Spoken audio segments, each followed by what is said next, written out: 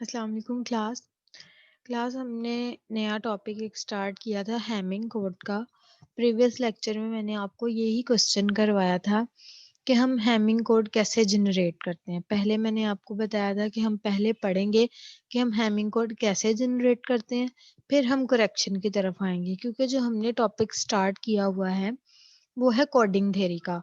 और coding theory जो है, एक तो उसमें हम बाइनरी कोड इस्तेमाल करते हैं जो कि 0 और 1 पे कंसिस्ट करता है, और दूसरा एक ऐसा प्रोसीजर है कि जिसमें हम इंक्रिप्शन या डिक्रिप्शन जो है वो बाद में देखते हैं। पहले हम देखते हैं कि जो हमें मैसेज रिसीव हुआ है उसके अंदर कहीं कोई एरर तो नहीं है। अगर एरर है तो उसको करेक्ट कैसे करना है। पहला मेथड हमने रेपिटेशन कोड का पढ़ा था, दूसरा मेथड हम हैमिंग कोड का पढ़ रहे हैं। तो सबसे पहले मैं आपको ये बताऊंगी कि हैमिंग कोड जनरेट कैसे करते हैं। अब हैमिंग कोड में जो है वो यूज होता है पैरिटी बिट। पैरिटी बिट क्या होता है वो मैंने आपको बताया था कि किसी भी कोड में नंबर ऑफ वन के वन कितने टाइम है, वो हम उससे हम डिसाइड करते हैं कि पैरिटी बिट इवन है या ऑड है। अगर तो नंबर ऑफ वन इवन है तो वो इवन पैरिटी बिट है, अगर नंबर ऑफ वन ऑड है तो वो ऑड पैरिटी बिट है। ये वाला क्वेश्चन हमने प्रीवियस लेक्चर में किया था इवन पैरिटी बिट के लिए। आज यही क्वेश्चन मैं रिपीट कर रही हूँ ऑड पैरिटी बिट के लिए।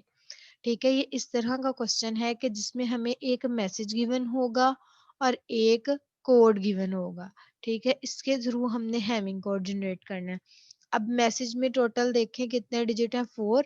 तो एम हमारे पास क्या है, 4 है। मैसेज बिट कितने हैं, 4 है। और फिर हमने देखा था कि हमने पैरिटी बिट कैसे फाइंड करना है, उसके लिए हमने ये फार्मूला याद रखना है।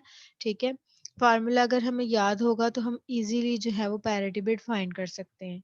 हमने क्या करना है, ये हमारे पास है फार्मूला है। ठीक है, ये फार्मूला है, ये हमने याद रखना है। ये फार्मूला, इसमें हमने एम जो है मैसेज बिट वो पुट कर दिया, वो क्या था, 4 था। ठीक है, हमारे पास ये चीज बन गई। अब यहाँ पे हमने देखना है कि ऐसा कौन सा पी की जगह हम कौन सा जो है वो डिजिट पुट करें जो इस इक्वेशन को सेटिस्फाई करे। तो पी को हमने 0 से स्टार्ट करके 1 2 3 3 पे जो है वो कंडीशन इक्वल वाली सेटिस्फाई हो गई। तो पैरिटी बिट क्या आ गया हमारे पास, 3। मैसेज बिट एम क्या आ गया, 4। और पैरिटी बिट क्या आ गया हमारे पास, 3। तो जब हमने देखा M4 है, P3 है, टोटल कितना हो गया, 7। ठीक है, मतलब हमने 7 डिजिट्स को डील करना है। तो फिर हमने 1 से 7 तक काउंटिंग लिखी थी। ठीक है, 1 से 7 तक क्या किया था, हमने ये काउंटिंग लिखी थी जो 2 की पावर में आ रहे थे। जैसे 2 की पावर 0 क्या होता है, 1। 2 की पावर 1 क्या होता है, 2। और 2 की पावर 2 क्या होता है, 4। जो 2 की पावर में आएंगे वो पैरिटी बिट्स होंगे हमारे पास, और इसके अलावा जो बचेंगे वो मैसेज बिट होंगे। जैसे कि आप देख रहे हो 4 ही बचे हैं पीछे, और 4 ही हमारे पास मैसेज बिट है। अब मैसेज बिट हमें पता है, वो हमने उसकी जगह पुट कर दिए। पैरिटी बिट हमें नहीं पता। पैरिटी बिट हमने क्या करने होते हैं, फाइंड करने होते हैं। जब ये भी फाइंड हो जाएंगे तो ये जो पूरा जनरेट होगा हमारे पास, ये पूरा हमारे पास क्या हो जाएगा, ये सारा हमारे पास हैमिंग कोड हो जाएगा। अब पैरिटी बिट की कंडीशन है हमारे पास कि पैरिटी बिट या तो इवन होगा या फिर ऑड होगा। इवन के लिए हमने पढ़ ली थी कंडीशन, अब मैं पैरिटी बिट फाइंड करूंगी ऑड कंडीशंस के लिए। ठीक है, अब ऑड के लिए आप देख रहे हैं ऑड के लिए क्या प्रोसीजर होगा। नंबर ऑफ वन हमने देखना होता है कि कितने टाइम, ऑड पैरिटी बिट। अब हमने क्या करना है, P1 P2 P3 जो है ये हमने अब चेक करने हैं कि ये इवन है या ऑड है। अब ये जब हमने इवन के लिए चेक किया था, जब हमारे पास इवन पैरिटी बिट थे तो तीनों हमारे पास क्या निकले थे, 0। ठीक है, तीनों का आंसर 0 आया था। लेकिन अब हम चेक करेंगे ऑड पैरिटी बिट। ऑड के लिए क्या कंडीशन होगी, प्रोसीजर सेम होगा। प्रोसीजर क्या है, चेक 1 बिट स्किप 1 बिट। अब ये जो प्रोसीजर है ये मैं थोड़ा सा आपको रिपीट कर देती हूँ कि यहाँ पे हमने करना क्या है। हमने पैरिटी बिट देख लेने हैं किस किस पोजीशन पे है। अब आप देखो पहला जो पैरिटी बिट है P1, वो पहली पोजीशन पे है।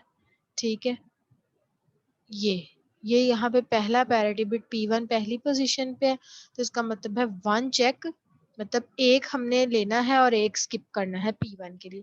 P2 दूसरी पोजीशन पे, इसलिए हमने 2 बिट चेक और 2 स्किप करने, मतलब 2 नंबर लिखने और 2 छोड़ देने, फिर 2 लिखने हैं 2 छोड़ देने।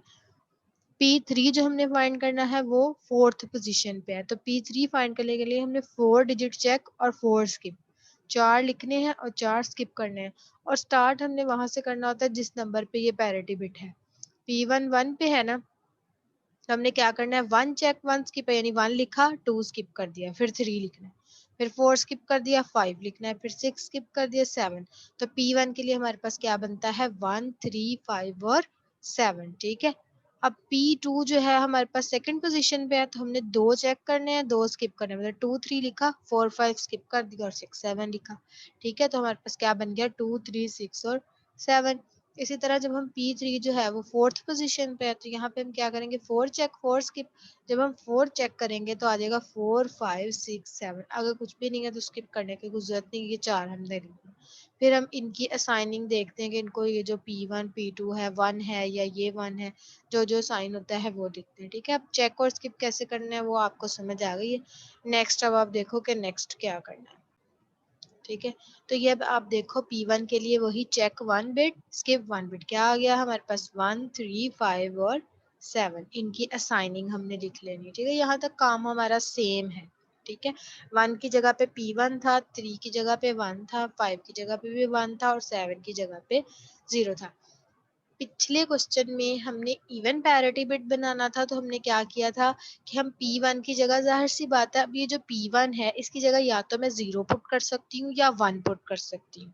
ठीक है, क्योंकि हम बाइनरी कोड में काम कर रहे हैं। तो अगर हमने इसको इवन बनाना था तो हमने 0 किया था, क्योंकि नंबर ऑफ 1 पहले ही इवन थे।